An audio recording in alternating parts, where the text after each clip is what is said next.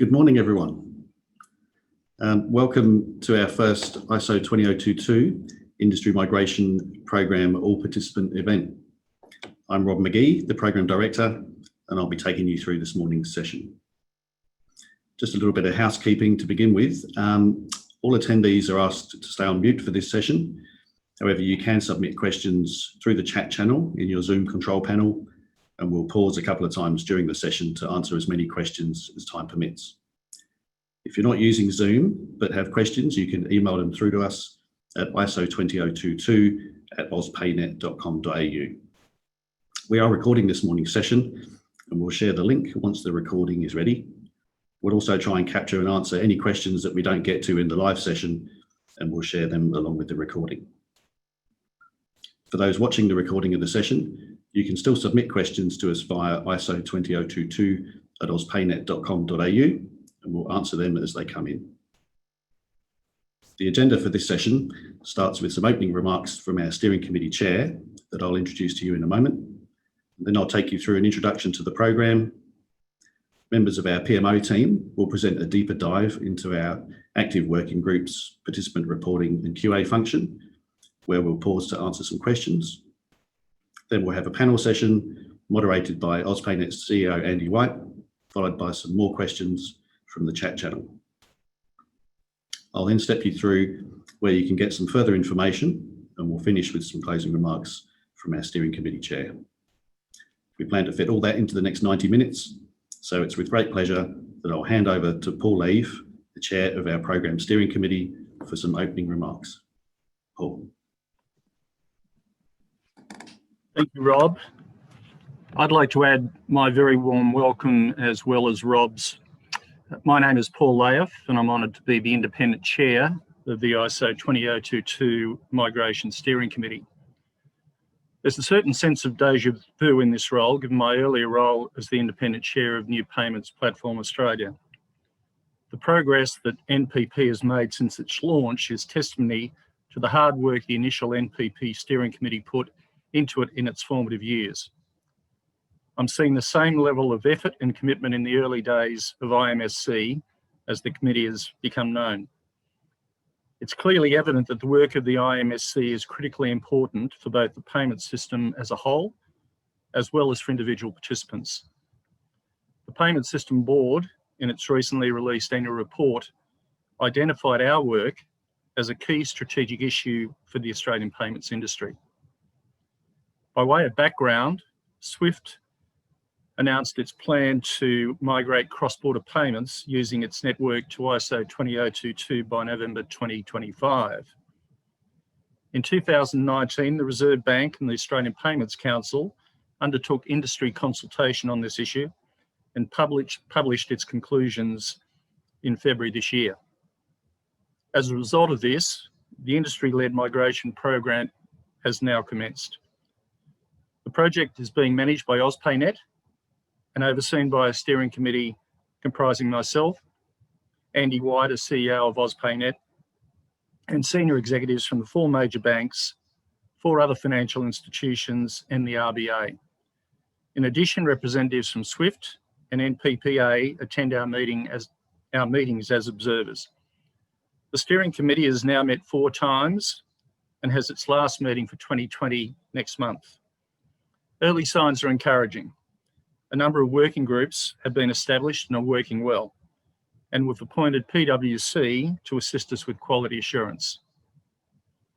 I'll now hand back to Rob to dive into the detail of this very important initiative.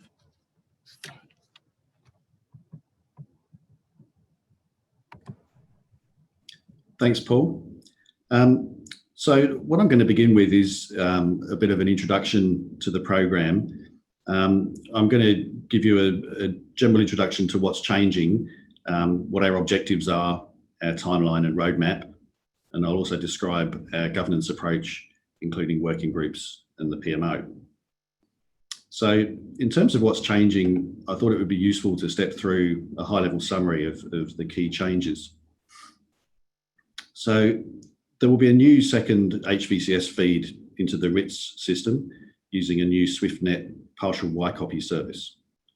RITS already has numerous feeds, HVCS via Swift Fin YCopy, CHESS, PEXA, which is the property settlement system, AusPayNet's low value systems, and MPP into the fast settlement service are a few examples.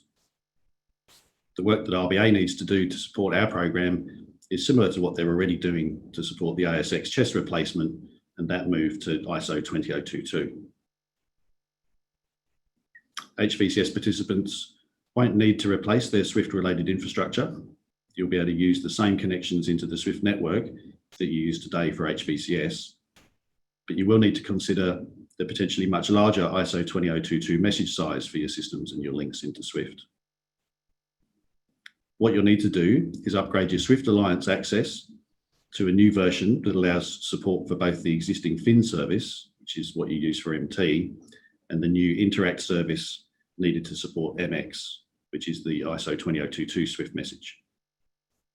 You'll also need to configure your Swift interface for exchanging Interact messages. Swift will be working directly with their members to make sure that you all fully understand these requirements and to provide the products and services you need to implement the change. There will be a new second HVCS closed user group, or CUG, and all HVCS participants will need to join that new CUG, but that won't be needed until we get closer to preparing for industry testing. The minimum requirements for November 2022, which is the beginning of our coexistence period, is that every HVCS participant must be able to receive and process inbound ISO 20022 messages. If your back office systems can't natively support ISO 20022 messages, you may need to use a translation service or a tool to shield them.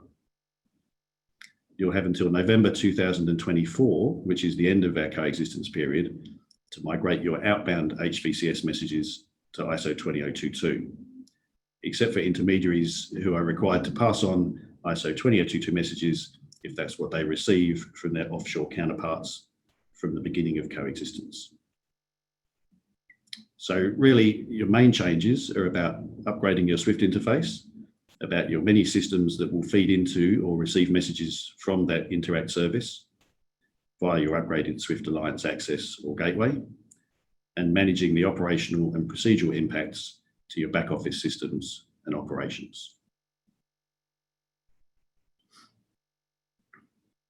Our program's scope and objectives were defined in the conclusions paper that was published jointly by the Australian Payments Council and the RBA in February this year, presenting the outcomes of their industry consultation that started early in 2019. The scope sounds simple: to migrate all clearing and settlement messages currently used in HVCS to their ISO 20022 equivalent. But as always, the devil is in the detail.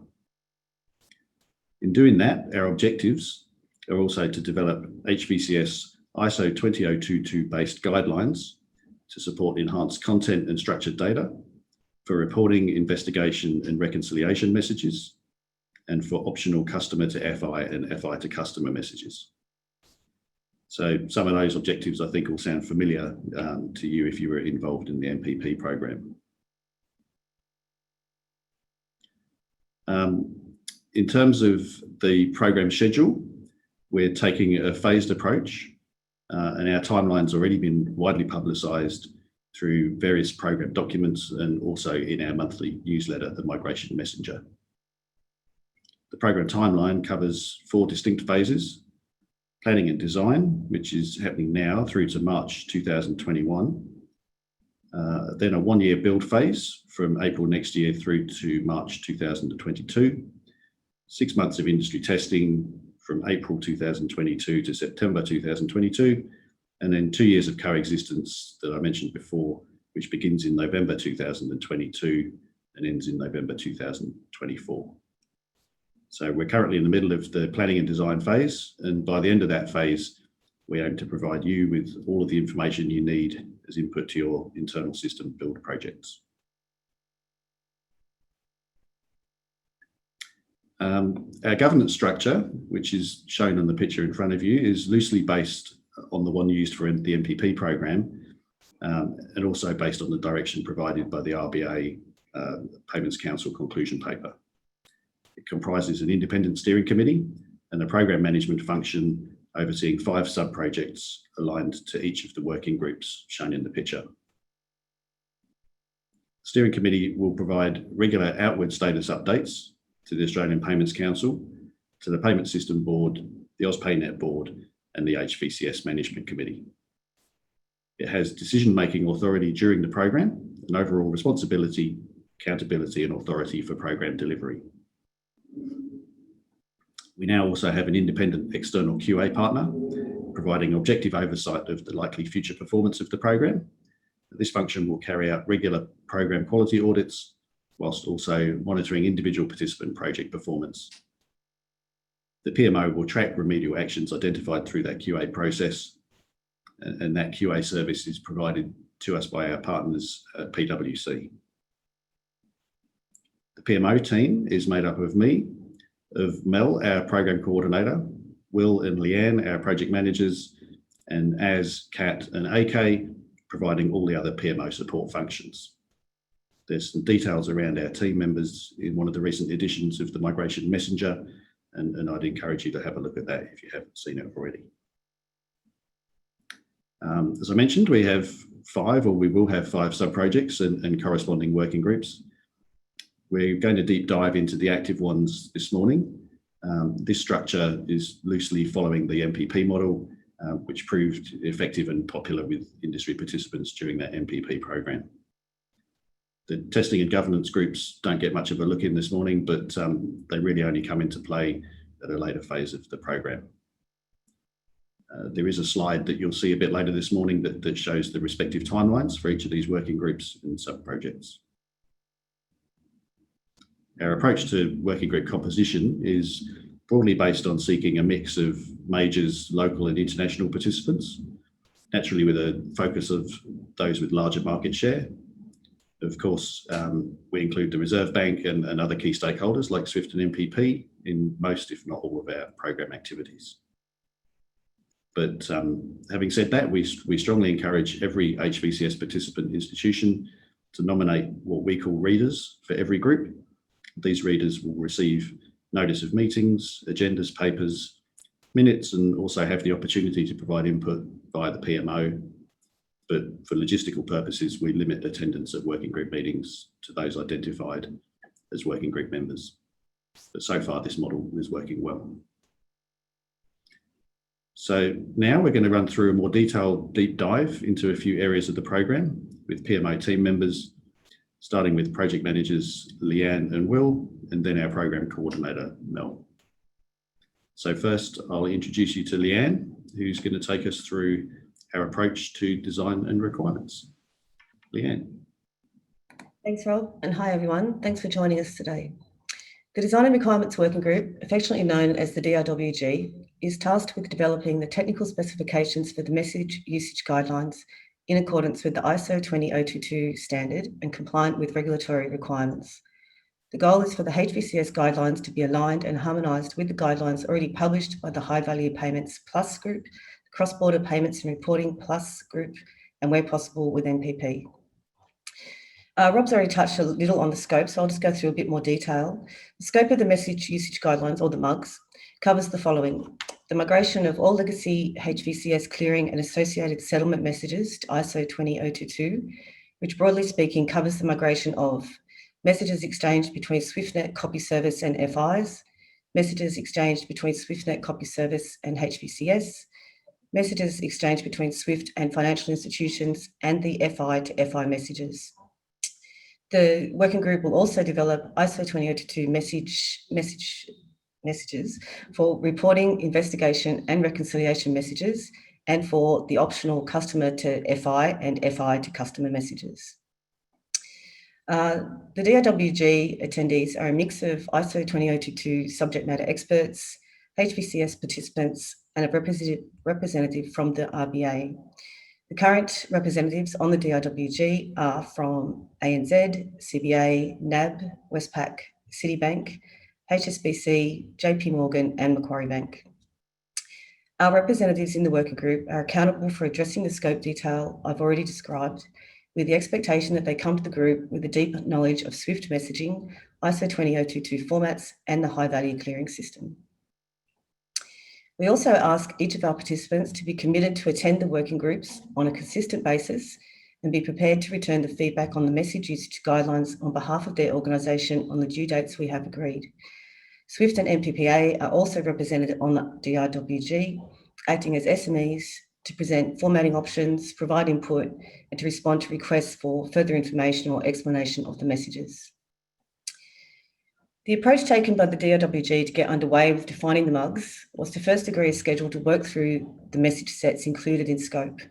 With 10 messages to be finalised in this initial design phase, the working group meetings are scheduled every 3 weeks, with the first one held in August and the 10th and final meeting is scheduled for March 2021. Each ISO 20022 message will go through 3 working group reviews with our DIWG members. The first working group review is the initial introduction to the 20022 message format and discussion to agree its core business rules. After the first review of a mug, our members are required to return their feedback to the PMO on the XML structure of the message, which is extracted from SWIFT My Standards, highlighting if their organisation has any issue with a key concept, a business rule or element in the message. Here I would like to note that our nominated readers are also welcome to provide feedback on the messages for input into the DIWG and can send this directly through to the PMO email address. The second group review is at the next working group meeting where any points of contention raised by members in their feedback is discussed by the group, with decisions made to finalise the message to a final draft version. Once all messages are at the final draft version, they will be presented to the steering committee for final sign-off in March 2021. To kick off the development process at the first working group in August, SWIFT presented recommendations for the working group to agree the core underlying design principles and considerations which underpin the development of each of the messages. In subsequent meetings, we have started to address the ISO 20022 PACS messages, which are the payment, clearing and settlement messages. With 3 working groups of the 10 meetings planned now complete, the DIWG is in progress with a number of concurrent activities, finalising the PACS 8 single customer credit transfer message, completing feedback on the PACS 2, an optional payment status report message, and is starting to review the PACS 9 financial institution credit transfer message. Once the PACS messages are complete, the DIWG will undertake the review of the cash management CAMT messages, which address the exception management and investigation messages. First review of these mugs is due to complete in December, with the goal that is to have all the final drafts of all messages ready for final approval by the steering committee by the end of March 2021.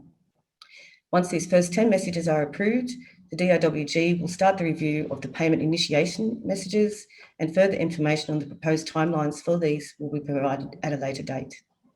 This brings me to the end of my overview of the DIWG, and I'd like to now hand over to Will for his overview of the Back Office Requirements Working Group. Will. Good morning, everyone. I'm going to provide you with an overview of the Back Office Working Group. So the working group's objective is to review the impact of migration of MT clearing and settlement messages to ISO 20022 format and identify impacts to participants, people, processes and systems, both in preparation for build phase and ongoing use of ISO 20022 for the high value clearing system. We will also establish minimum scope that participants will need to adopt at various stages of the migration. The BOWG will articulate and document operational and business impacts of the agreed technical requirements from the Design Requirements Working Group that Leanne just discussed. The working group is made up of stakeholders including SWIFT, the Reserve Bank and several high-value clearing system participants. We will also bring in SMEs as required from regulators or other areas. One of the findings of the new payment platform's post-implementation review was that back office considerations started too late in the programme, so it was seen as prudent by the steering committee to focus on back office impact early. The BOWG's cadence will dovetail with the Design Requirements Working Group closely.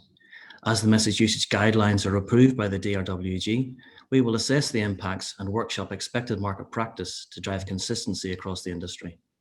This will be documented in the back office requirements and support document, which will serve as a guide for all members, providing comprehensive practical business interpretations of technical design and requirements documentation to support the business implementation and ongoing use of ISO 20022.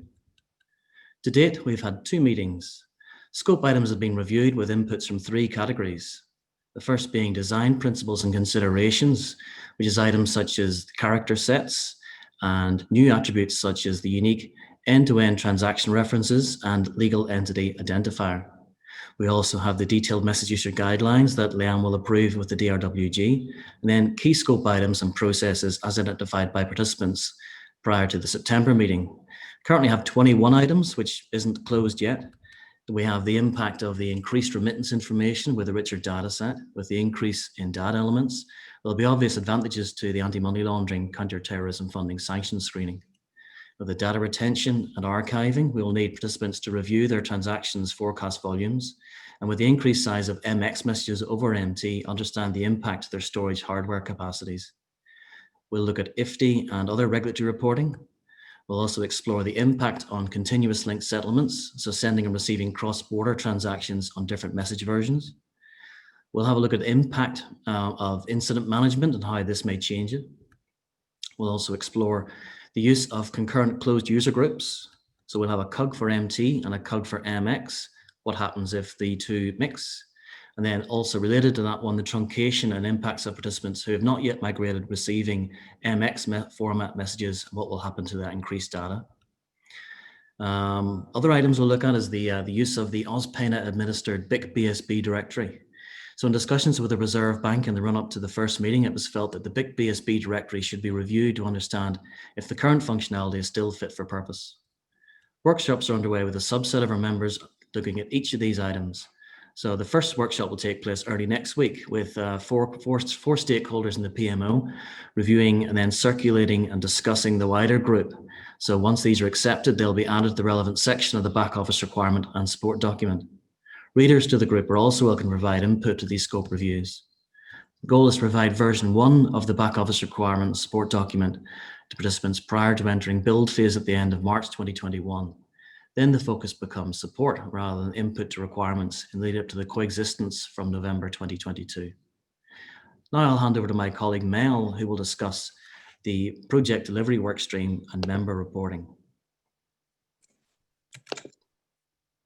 Thanks, Will. The quality assurance or QA function is closely connected with the project delivery working group and the monthly participant status report. So I'm going to touch on all three today. Firstly, on the QA function, the purpose of the independent QA function is to provide an objective assessment of the future likely performance of the program. The function will complete and report on regular program quality audits while also monitoring and driving individual participant program performance. The PMO will be responsible for taking any findings and suggestions on board, making relevant decisions and monitoring progress of any proposed remedial actions. After an extensive RFT process, the steering committee have appointed PwC as our independent QA partner. You'll hear more about how PwC aims to support the program in the coming weeks.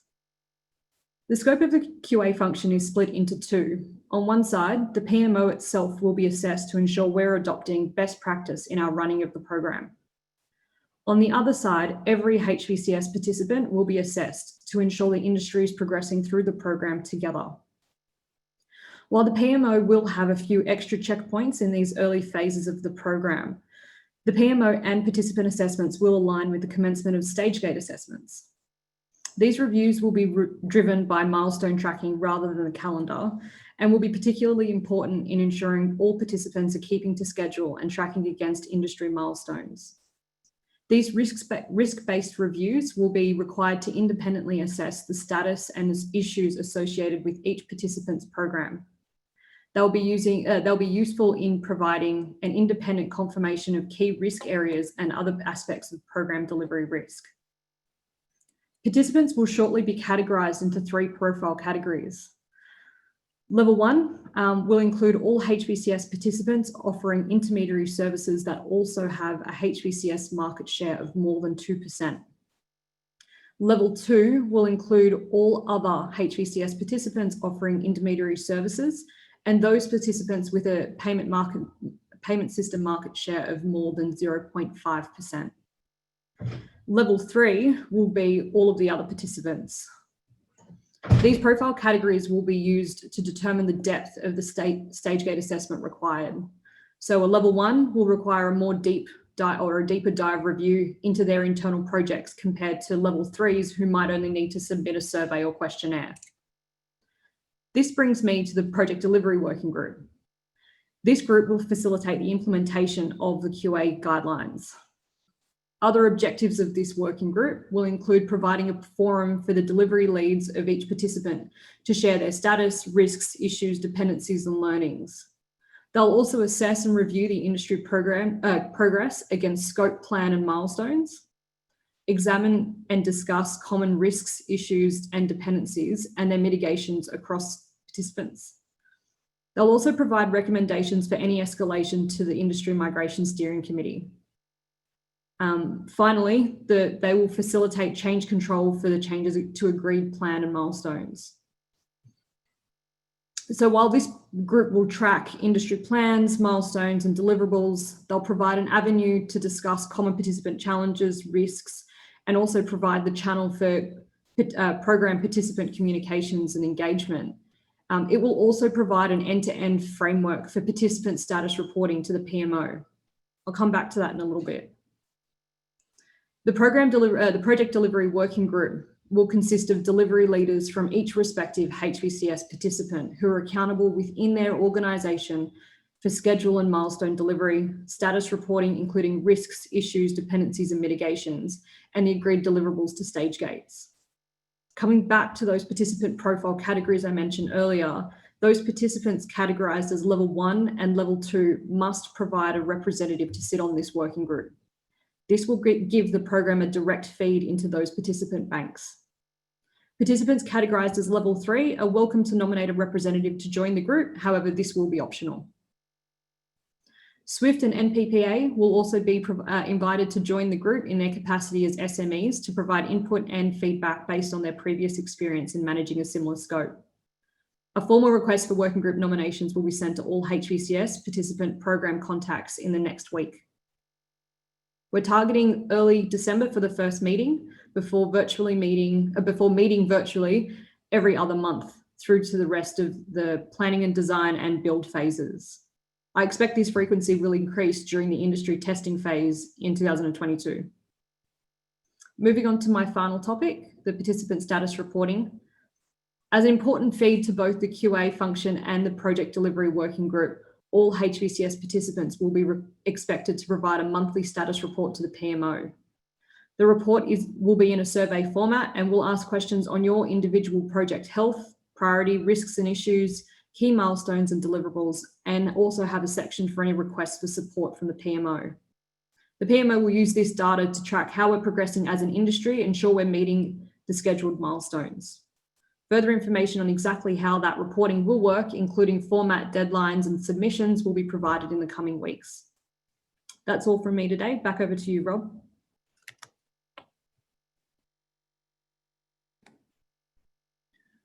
Thanks, Mel, and thanks, Leanne and Will. So before we move on to the panel session, I thought we would see if we've got some questions. I've seen a few that have popped up in the chat channel. And so what I might do, just while the guys are sort of collating some more questions, I can kick off and answer the first couple that I saw pop up there. So there was one from Diane Shea from NAB. Diane says, I think of messages as an outcome of business requirements. How's the program determining business requirements? This relationship or the interplay between the design requirements working group and the back office group is important in thinking about the way this works. So one of the key elements of design and requirements is harmonisation with HVPS plus, CBPR plus, and the MPP formats. And that's really, that goal of harmonisation is what drives the definition of the elements in the message. But then it is when the back office working group starts looking at then those specifications that we're looking for, consistency where it's needed across the business in the treatment of those messages. And I guess that's kind of what I would see as the sort of business requirements component of that process. Then there was a question from Kevin, will the working groups consider the impact on RIT's AIF? So great question. The AIF changes are actually being managed as a separate piece of work directly by the Reserve Bank and not part of this program. and if we have time, perhaps we could let RBA just comment on that when we get to the panel session, because we do have Peter Gallagher from the Reserve Bank on our panel this morning. I saw a question about AUSTRAC IFTI reporting. So that's absolutely right. The reporting currently is either in AUSTRAC's proprietary format or in MT format. There is a lot of work going on and discussions with AUSTRAC around that change.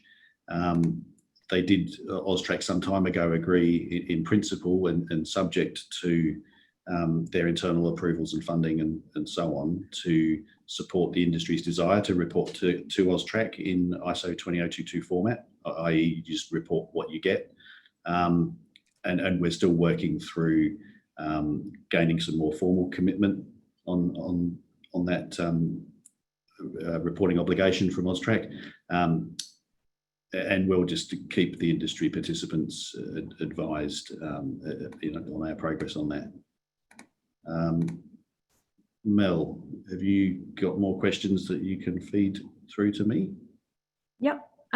There is one. So Semi Khan has asked, is a central translation service going to be explored as a solution?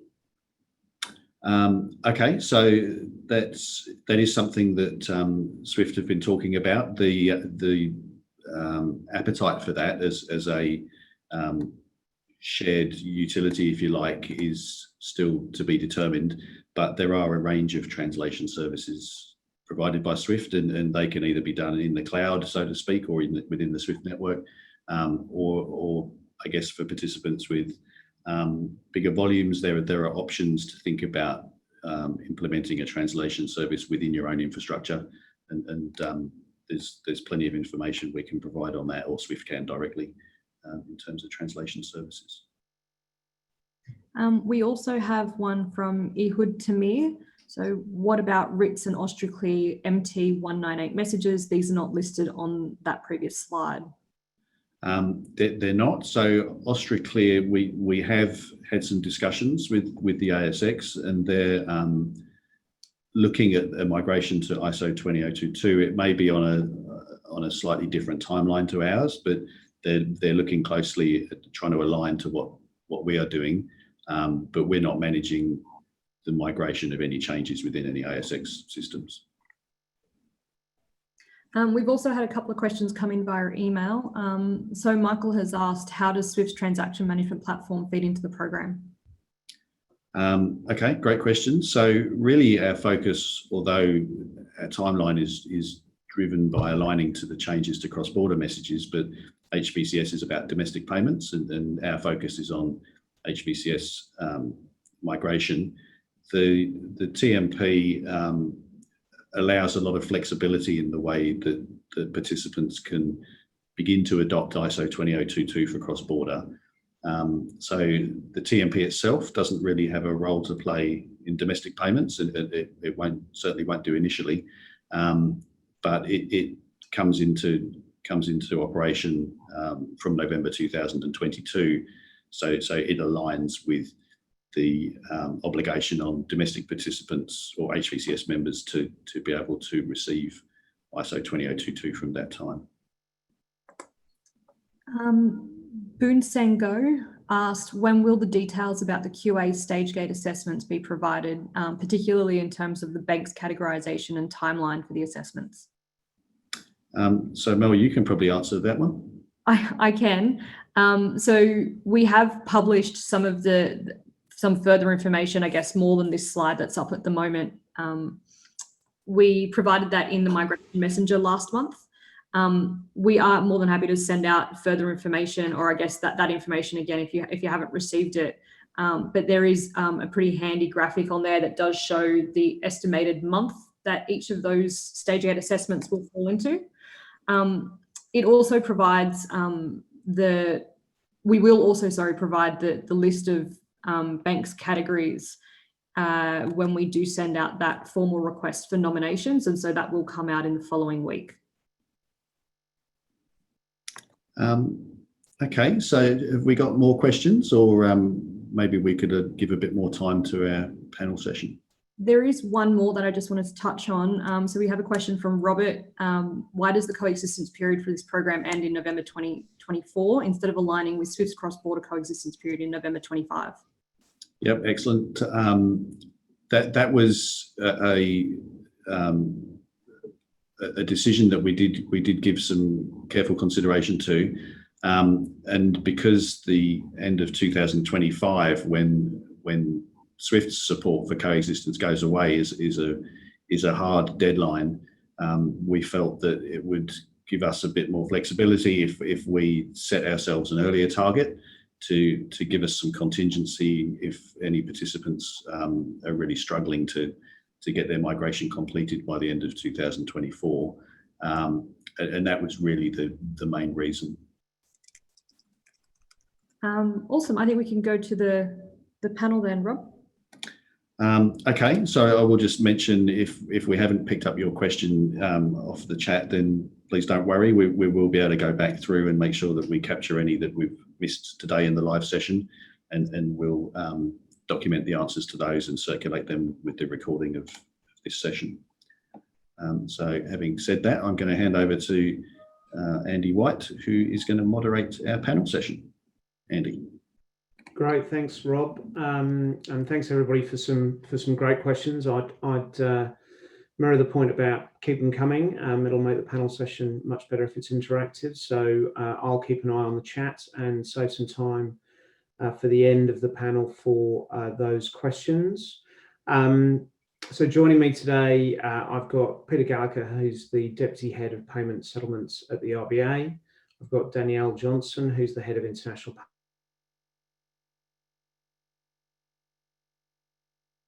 Payments at Westpac.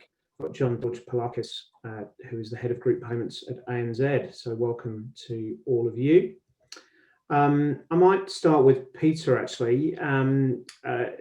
This project could have been seen solely as a compliance project to change the message format for HVCS, but as Paul Leaf mentioned earlier, the RBA and Australian Payments Council rightly chose to view this strategically. What do you see as the key business benefits or opportunities that this opens up, Peter?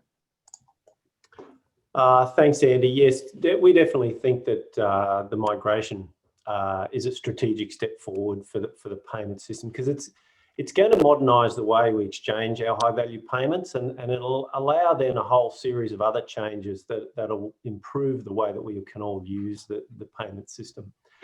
Some of you may have seen that we published an article by a couple of my colleagues in the September Reserve Bank Bulletin. And in that, we identified 6 key benefits that we saw coming out of the program. The first is that the new standard is really adaptable and flexible. It uses a library of business components. So that means that you can adapt the messages over time as technologies evolve and as business requirements evolve. So that's going to help a lot for the sort of future proofing of the way we operate the systems. We see improvements potentially for resilience in the way we exchange our payments through the industry, particularly if we can get quite harmonised payment messages across the different credit transfer systems. It'll mean that if there is an outage in one system, if you happen to be operating infrastructure for NPP or HVCS and it fails at some point, then you should be able to repoint your payments through the other channel, and that'll make it a more resilient system overall.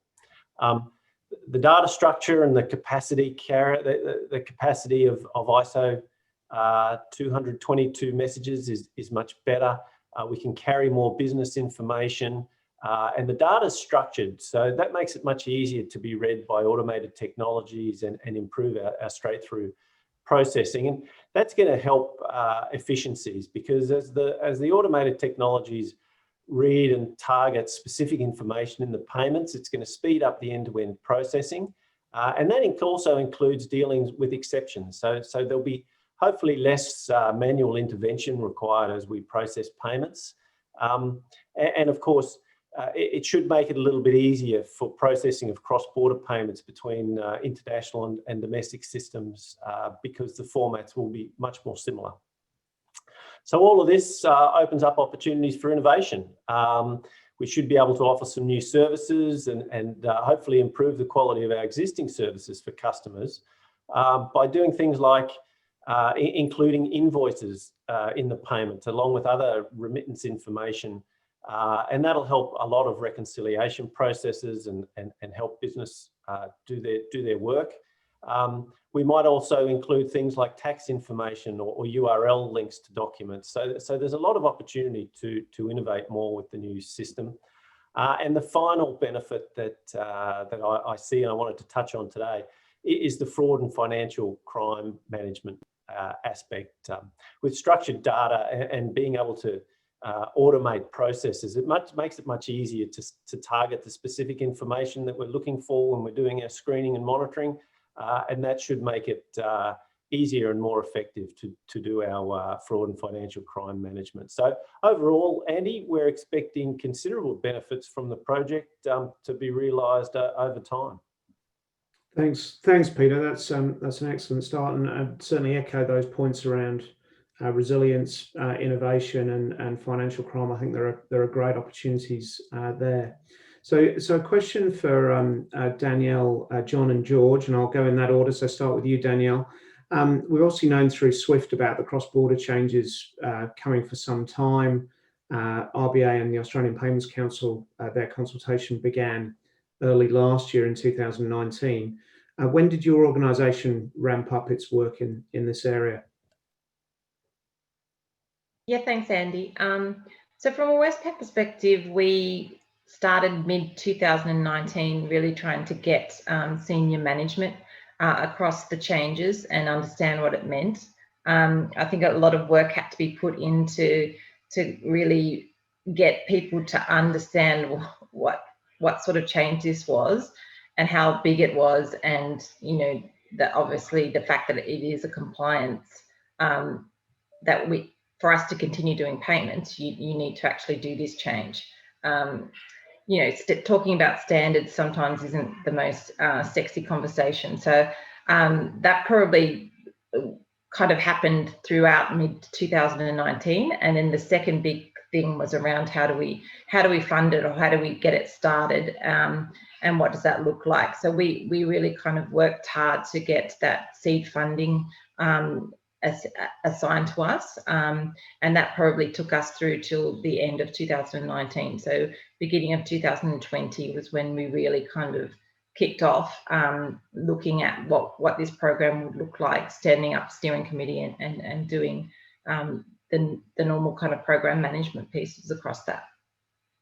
And Danielle, just to follow up on that, when you talk about not necessarily the sexiest conversation, I'd agree. When you talk about standards or ISO 2082, people can glaze over.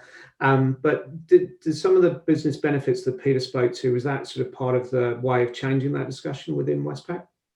Yeah, so our program within Westpac is kind of a bit more comprehensive than just the compliance piece. So we have also taken, I think the message is that we don't want this just to be a technology-driven program, and that we want to take advantage of the innovation and also the simplification that we can build into the payments now that there is going to be international payments and RTGS and MPP all speaking the same language. So there's definitely more innovation and customer outcomes that we want to get from the program from now until November 2025. So it is bigger than just a standards piece. Excellent. That's a really good way of approaching it. Thank you. John, same question to you. When did you ramp up, and how have you faced into it? Yeah, hi, morning everybody. I guess globally, we started this late 2019. Obviously participating in all the major markets. This was always going to be an absolutely ginormous program, probably something that we haven't seen this sort of scale of for some time. The program team certainly ramped up now. We've already implemented in Philippines and Thailand's this month, and we've really got some large implementations as well before the Australia implementation. So I'm happy to see countries like Hong Kong and UK go live before Australia does for their local CHAPS phase 1 and the Hong Kong chat system. Singapore's also going to go live before Australia, so I'm hoping we get a lot of learnings from those implementations. The run rate's pretty high already for the program globally. Locally, we've got participants in obviously the working groups. Good to see the discussions happening there. We're sharing some of the experience we've got. Not all countries, this is going to be a smooth transition, because some countries, the regulators have quite interesting mindsets on what they want to get out of all this additional information, which makes it a challenge for the country to implement, and certainly for a large organisation like HSBC to be agile. So we've got a pretty good partnership with our technology provider. We use their platform already for NPP and around a number of the large markets, so we're pretty confident in their delivery capability. But then again, we don't use the same banking and payment system in every country, which again makes it more challenging. So yeah, certainly huge program, very exciting to see it pick up so quickly, and certainly locally, I think we're getting into our stride and organising ourselves with the steering committee and so forth. So yeah, it's going to be an interesting couple of years. Good to see the US is after Australia, so we can get everything operating smoothly before even larger volumes come through. But we see some exciting capabilities, as Peter said, certainly around AML, being such a large payments operator. AML is a big priority for us, and certainly from a customer perspective, the whole interoperability capability. So you take the decision out of the customer how they want to make a payment, and we just put it through the best channel for them, and it's one less click. Right, so certainly a lot of opportunities here, and we'll see this evolve over the next couple of years, and with the best benefits going to the customers after all. No, that's great, John, and really good customer perspective as well, in terms of payments flow being determined by business rules rather than just the messaging. I think is really important. And already I'm seeing questions on AML, which we'll come on to definitely. And John, I'll come back to you with a bit more on the international flavour, I think, as well. George, just before I do that, your view on how you've ramped up and faced into it at ANZ. Now, ANZ has regional coverage, so similar to John's sort of explanation. So ISO 202 has been underway for at least 2 years with us, and got a number of programs already in train. So we're running it within one area across all of ANZ, especially in regard to the back-end systems that interface to the clearing streams. Fairly resourced up. I expect that we'll be ramping up further as we go through, I suppose, further stages of the development life cycle. Similarly, I suppose to what was described before, I see obviously opportunities and benefits around increased transparency, improved and more efficient screening, SDP improvements due to, I suppose, more structured data, improvements in reconciliation and other process improvements. The other side of this is obviously more rich information across the value chain that creates, I suppose, more value add. And I agree that this is not just about a translation of one schema to another. There's a lot more potential around ISO 20222, and it's more of a business processing model than just a message format. I suppose the other side of this is the support of multiple character sets, which is obviously a benefit as well as a challenge as we go forward. And again, I suppose I'd like to emphasise the point that ISO 202 is supported by multiple clearing streams globally. So we're sort of globally, whether it be local jurisdiction or globally, sort of moving towards a common framework, which will make it a lot more interoperable. So I expect that more clearing streams, not only locally, but globally, will start to sort of interface in the future. And obviously the benefits of standardization. And also ISO 20222 is a common framework. There are variations, especially, I suppose, how different sort of jurisdictions are implementing it. So whilst there is a commonality, there's also differences, but I see the harmonization exercises around the world, every sort of jurisdiction as well as globally, I see over time that they will sort of converge more and more. Thanks, George. Now, there may be some participants who aren't as geared up, so just interested in all of your advice to them in terms of advancing their planning and funding and resourcing and how they should face into that. Danielle, can I start with you on that one? Yeah, sure. I mean, as I kind of mentioned before, I think the number one thing is to make sure that everyone in the organisation is on the journey with you. There's a lot of stakeholders depending on the complexity of your payments architecture or how payments are actually rolled out in your bank. And obviously you need operations, financial crime, the whole lot of stakeholders to be on board and understand that this is happening.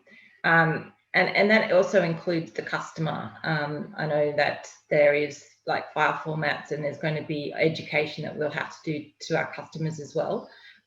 So that would be the number one tip I would give, is just spend some time to kind of go on a roadshow around the organisation and get everybody on the same page about what this program is about.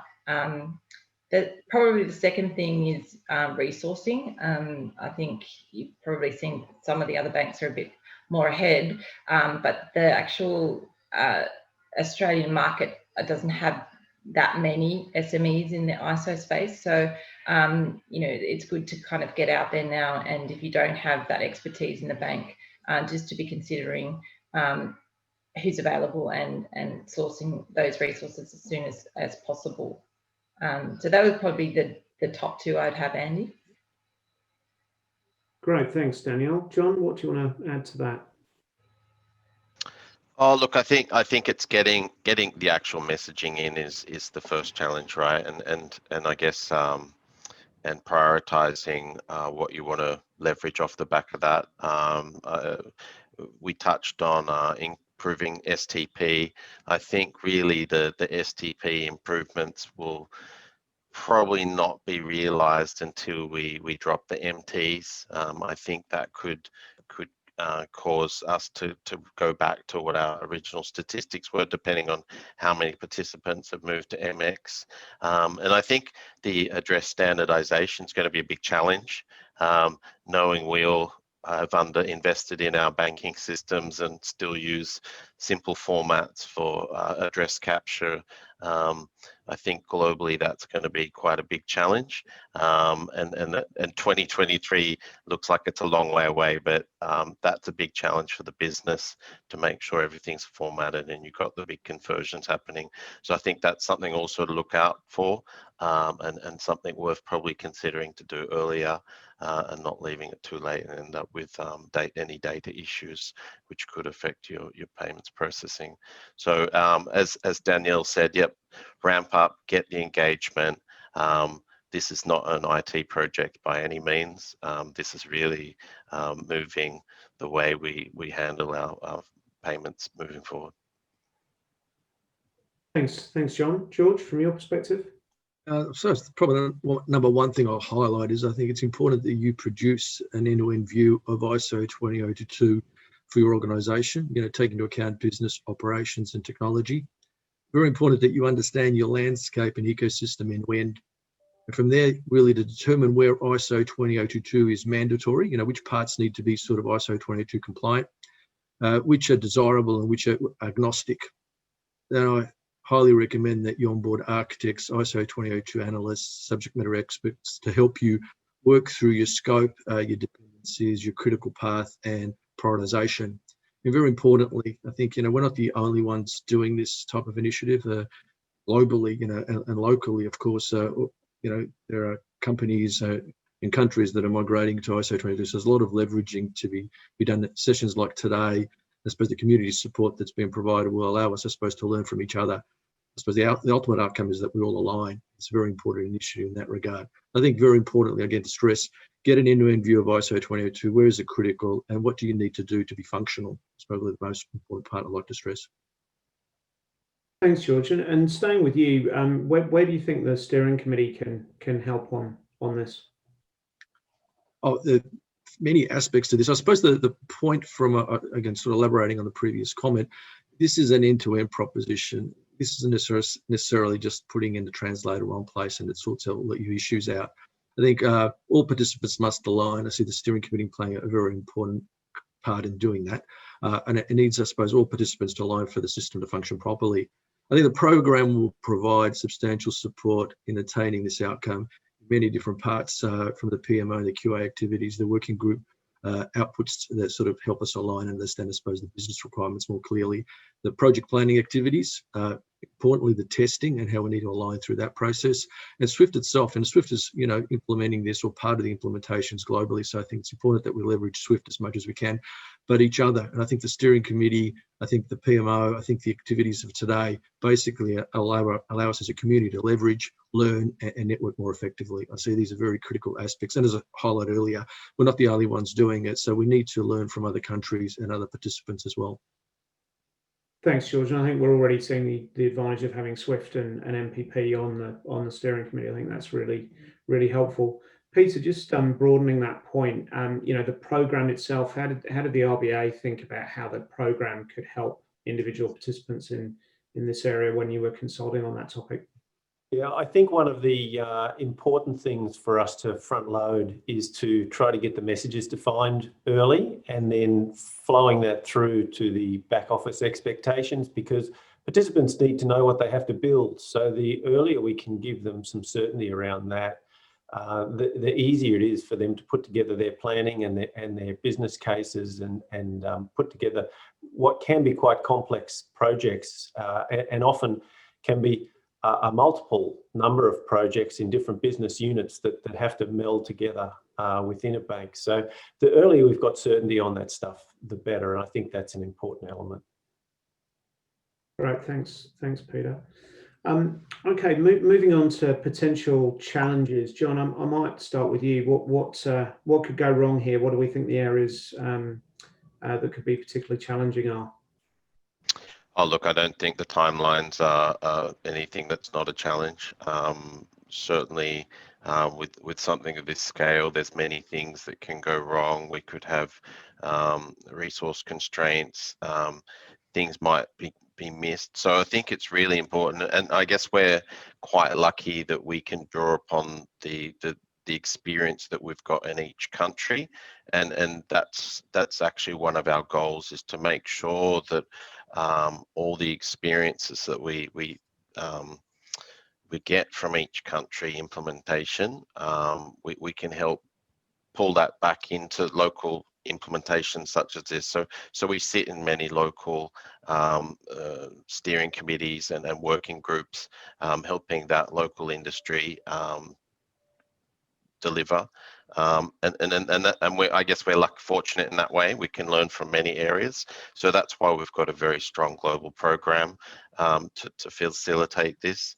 And I think that's actually one of the call outs for all the participants, because not everybody can think of everything. So really, I think it's important that people get involved, get engaged in the working groups, put your thinking caps on.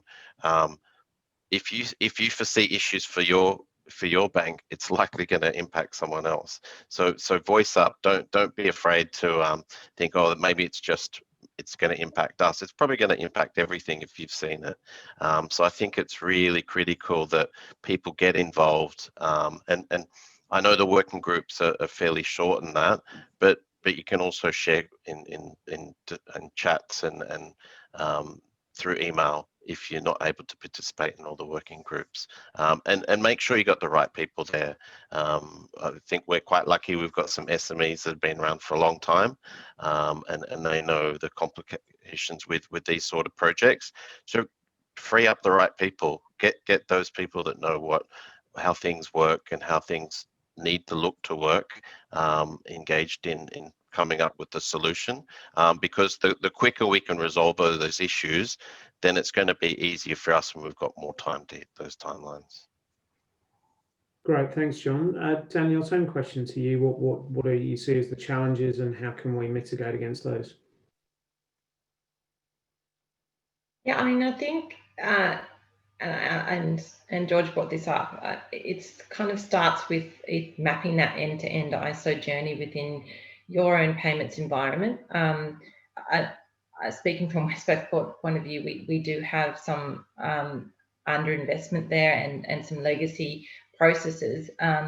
that we have to make some hard decisions as to whether or not we continue to bring them forward with the journey to ISO, or we have to do some re-engineering at the same time. So I think, again, what John said in terms of timeline, it basically then makes you need to really plan very carefully. How do you meet the program's timelines at the same time as having to do any other work that might pop up that you didn't determine in the initial program planning. So I think that's probably the big thing I would call out around the challenges, is the deeper you get into this, the more you're going to find that you probably haven't planned for. So you just need to make sure that you call them out early and work with your organisation on how you make those decisions and how you want to move forward. Thanks, Danielle. Peter, I just want to come partly to a question that was raised earlier on the chat, but I guess the broader question is, aside from your role as a banking participant, what else is the RBA doing alongside this project in terms of any necessary changes to settlement or RITs? And if you can cover off as part of that the question around the RITs AIF service that was raised, that would be great. Sure. Well, for us, really, we've got our upgrade of RITs to ISO 20022s coming in 3 parts. The first part is for the new CHESS system and the migration there. So we're moving both the batch and the RTGS settlement instructions to ISO 20022. The messages there are a little bit different to those that are going to be used in the HVCS, but it's been a very good learning process for us to have the staff get their heads around the formats of different message types. And touching on the challenges, one of the challenges that we had was it's a bit daunting when you move from the MT formats to the ISO formats, because they do look a lot more complicated and it takes a while to get proficient in them. So that's been helpful. So we've built some ISO skills in both the business and the project and the IT teams. The RITS side of the CHESS migration work is scheduled for implementation in February 21. CHESS probably won't be ready to go live immediately, but it will sometimes after that. And the other advantage of the CHESS work is that it's allowed us to get familiar with the SWIFT's Interact service and the process that we have to use to establish the CUGs, the closed user groups. So that's been good. The work to upgrade RITs for the HVCS is only just now about to begin. So it'll include messages that we're going to use for payment instructions via the SWIFT Y copy. We use a partial Y copy service. We expect that work will be done by about mid 2022, so in plenty of time for the migration. And that'll allow us to have the coexistence of the MT and the ISO CUGs. And of course, what we will need to focus on during that period is to make sure that the RITs reporting that we do is able to report back accurately payments that are coming in via ISO and MT, and that's not impacted. And then the final piece of work we are going to do is to upgrade the AIF. We haven't got that work scheduled to begin until Q1 of 2022. We haven't quite defined the scope yet. That will come, but we're expecting it to be a larger piece of work, and we'll be thinking carefully about the AIF holistically, both in terms of scope and coverage, and in the way that we move instructions back and forth between the participants and ourselves. So that work won't start for some time yet, and we'll engage with the industry when we start doing that thinking. And you did hint at that work in the previous consultations, I remember. So yeah, look forward to that engagement as you're ready. George, a similar question in terms of work that aligns with the ISO 20022 migration. ANZ's obviously actively involved with some of the SWIFT groups like PMPG, and CBR Plus. What's their role relative to the industry migration project? Sure. Well, in ANZ, it's the same area that's delivering and leveraging the transition to ISO 20002 over multiple countries. And their role specifically sort of covers a sort of end-to-end view of everything that we're doing, including training and requirements from an end-to-end perspective. Again, that was my point earlier around sort of looking at right through the value chain, design, testing, working group participation, and from business, operational and technical lenses. So effectively, they're embedded in everything we're doing in ISO 20022 across the organisation. Again, with the emphasis of, again, ISO 20022 isn't just a point in the value chain that you need to change. It's really looking at it end-to-end, and their role is fundamentally around sort of understanding, I suppose, the implications of ISO 20022, also the opportunities that ISO 20022 potentially provides. So they're really there to, I suppose, align aspects of the organisation as well as the industry. Yeah, and great that they're thinking about some of those business opportunities as well. That's excellent. John, I promised to come back to you on other aspects that come into play globally, internationally. How are you dealing with the fact that, as you mentioned earlier, different jurisdictions have different timelines? And are there any sort of learning sort of do's and don'ts in terms of how other jurisdictions are approaching this, things that they're doing really well, things that we should try and avoid? Look, I won't go into too many specific examples. We have seen some interesting stuff come out of the Philippines. Look, I can understand why they would want to do it to improve some AML capabilities, but it adds a lot of complexity to put that sort of information in there, and arguably it was sort of PII data that the regulator wanted to put in a message. So that's what some of the sort of challenges we're battling, and also where they're somewhat, again, slightly deviating from the ISO standard. So that's where we're trying to sort of use our weight to push back on those sort of items. I think the emojis is a similar discussion. We don't want emojis in our banking systems yet.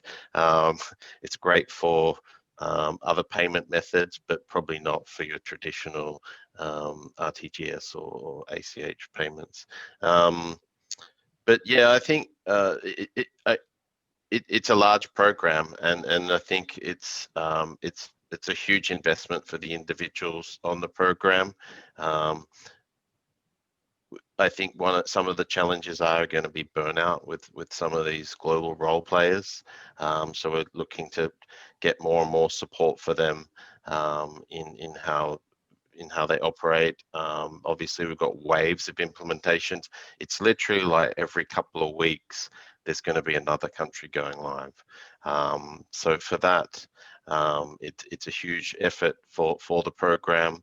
But we learn and we get better, and we keep reusing the same assets to move. And certainly from a testing perspective, that's a huge advantage for us in learning through each of the testing regimes. But I think it's going to take some while to build up that critical mass, because a lot of them are quite different, and the different back-end banking systems, and sometimes actually even the payments platform is not the strategic one we're using globally. We don't use that in every market. So we're yet to hit any of those markets that use the strategic payment system. But that time will come. I think that's early next year. So yeah, so as I said, we're here to learn, and here to make every next project better and better. There are going to be 60 something of them. That's just to local payments, plus you got international as well. So the Big Bang approach in November 22 is a huge risk, and I think it's going to be quite interesting to see how the plan actually comes together for that to happen in every market. I think just that is going to be a huge challenge in itself, to be able to cut over in such a short amount of time.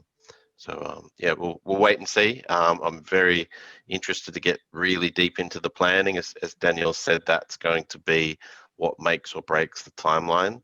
And I think if you get things that pop up in in the plan and that weren't expected with all the resource constraints you have spread across so many sites and countries. It's certainly going to be a challenge, but I think we've got a critical mass in the program at the moment. So far, most of the implementations have gone quite smoothly. Let's see how it gathers momentum and steamrolls through this plan. Thanks, John. And I did react at the appropriate point then with an emoji, which I agree is probably good for Teams and less good for high value payment systems.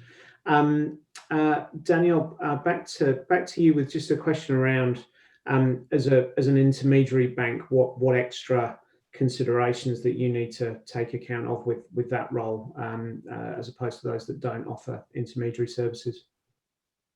Yeah, so for the intermediary services, I think that's where you basically have to really understand what your responsibilities are. I mean, I see it as where the cross-border and the high-value programs really kind of cross over. And obviously you need to be prepared for that for November 2022. So your planning needs to be a lot more clear around how you handle somebody sending you an MX message and how you get around the fact that you can't truncate and you need to be able to do transaction reporting. You need to be able to do all your monitoring on the full MX message. So I think some key architectural decisions need to kind of be made early around how you handle that coexistence, because from November 2022, you could be pretty certain that you're going to expect to receive some sort of MX message. And then the other thing I think for intermediaries is that you need to be really connected with your correspondent banks, understand what their programs are like, how they're managing and what their expectation is on November 2022 around what they will be sending to you as well. So just keeping the communication up with all of the community and all of your key correspondent partners is something that I've kind of seen happening with banks kind of sending out surveys and everybody wanting to understand where everyone else is in terms of their status and what their plans are for November 2022. Thanks, Danielle. That's a really key point. That earlier obligation to receive is a really, really key thing. Okay, so we're on to questions from chat and indeed email. So Peter, the first one is actually some early engagement around AIF, which just is the point made by one of the participants that the need to upgrade ISO statements in AIF in a timely manner, particularly as other regional high value systems adopt those same ISO statements. There was one question around, is there a view to aligning specifications across high value NPP and cross-border? That definitely is a key objective of the DRWG. So that is being worked on actively now, and that's really how we realise some of those strategic benefits that we talked about earlier in terms of harmonisation, but also knock-on potential for resilience and customer outcomes as well. So that definitely is the case. And then a great question from Nigel Dobson at ANZ, just wanting to drill in on AML CTF. So his point is that it's great to see such a rich array of data being exchanged as a result of the new ISO standards. What steps would banks be expected to take to read, review, scan this expanded data set in order to comply with AML CTF obligations? George, as it came from ANZ, I'm going to start with you, but then move through the panel. I suppose one of the challenges and opportunities around ISO 22, it does provide a lot more information, but with more information, you need to obviously do more screening. So there are sort of challenges around understanding, I suppose, those types of systems, how you're going to sort of be able to confirm that you are able to do that on a consistent basis, but also their ability. And again, it sort of comes back to some areas around, I suppose, what you need to focus around ISO 22. It's not just about your normal payments value chain, it's around those peripheral systems, AML, sanctions, fraud, and systems like that, whether they're going to be able to be ISO 20022 compliant. And I suppose the point comes back to a real challenge is that if we just focus on just coexistence or the mappability of ISO 282 and MT, then you're really not going to be able to be effective in able to screen successfully, because you won't, you'll have to deal with truncation, you'll have to deal with manual processes and workarounds. I suppose, yes, with more information, that's the whole, idea around ISO 282, you get more transparency, more information around parties, but then you need to be able to process that effectively through your value chain, and especially around AML, CTF, sanctions and fraud and those types of systems. So that is a challenge. And I suppose part of the process for each bank is to understand what they need to have functional on day one, because I don't see ISO 282 as initially finishing in November 2022. I think you'll be able to get to a point where you're functional, then there'll be more work beyond that. Makes sense. So looking at that whole end-to-end chain and understanding where the richer data and the structured data helps. Danielle, what are your thoughts around that? Yeah, I think it comes back also to the point I made around making sure that the whole organisation is on board on this journey.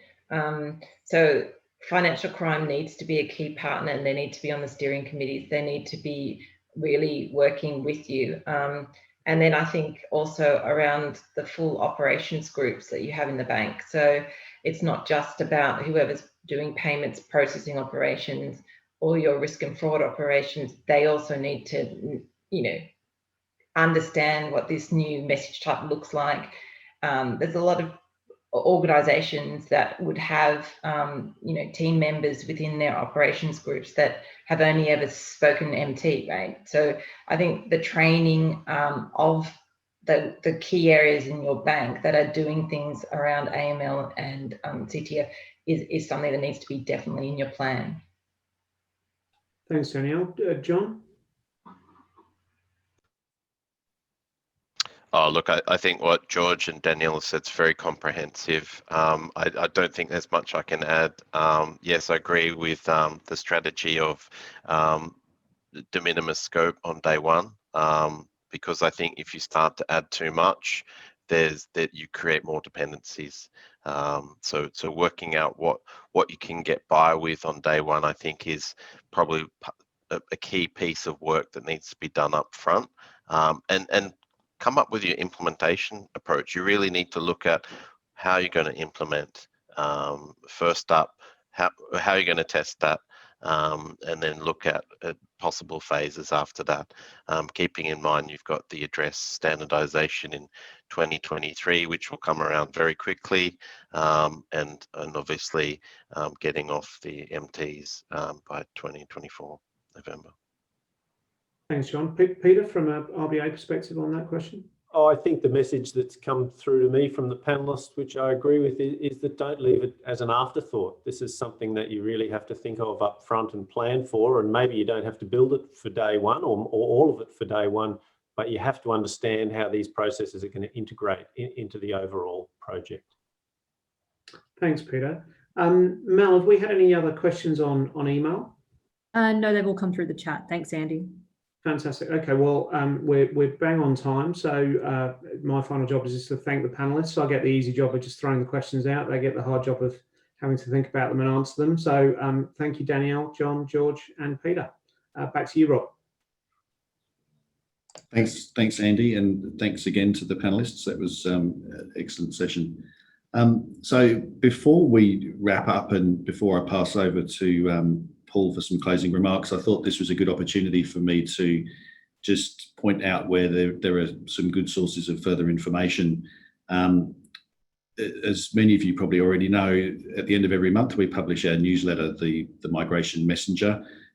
It's currently running at about 20 pages of detail around what's happening in the program, and I would absolutely encourage you to track that down.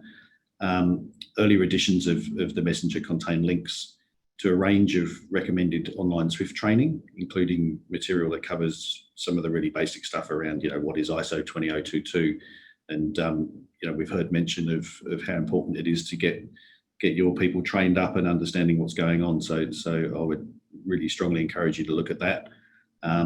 We've got an information hub for the program, which is hosted on our program's Microsoft Teams site. That contains all of the information that participants need access to. we'll let you know how to get access to the recording of this session once it's available, and we'll circulate with that the question and answer sheet that answers the questions that have come up today. The PMO is accessible to everyone via ISO 20022 at ospaynet.com.au. So absolutely reach out at any time if you need anything, or including if you need any help in finding the materials I'm talking about here. We will be reaching out to participants very soon to request nominations for that project delivery working group that Mel told us about earlier. So there's plenty of additional information, but if you have any questions or questions about how to find it, then do just send us an email. So really that's all I had to say about the further information, and that brings us towards the end of the session. So I'll hand back to Paul just for some closing remarks. Thanks. Thanks very much, Rob. In wrapping up today's session, I'd like to thank all of the presenters and panelists, and importantly, Rob, Mel and Katrina for organising the session. One of the objectives for today was to foster engagement amongst our participants with both the program and each other. And I think we've made a good start in this regard. As we move forward, it'll be vital that we continue to build on this engagement. That was a common theme coming through from the panel session. I know the program office will reach out to you, and I'd encourage you to do the same. At NPP, we borrowed a saying from South Africa: if you want to go fast, go alone. If you want to go far, go together. I believe this to be equally true for IMSC. Finally, in COVID pending, we're looking to host the next of these sessions in person in the first half of 2021. In the meantime, we'll be holding some shorter sessions on specific topics, such as PwC undertaking a knowledge sharing session based upon their global experience in ISO 20022 migration. Thank you for your involvement today and your participation, and we look forward to seeing you again soon. Good morning and goodbye.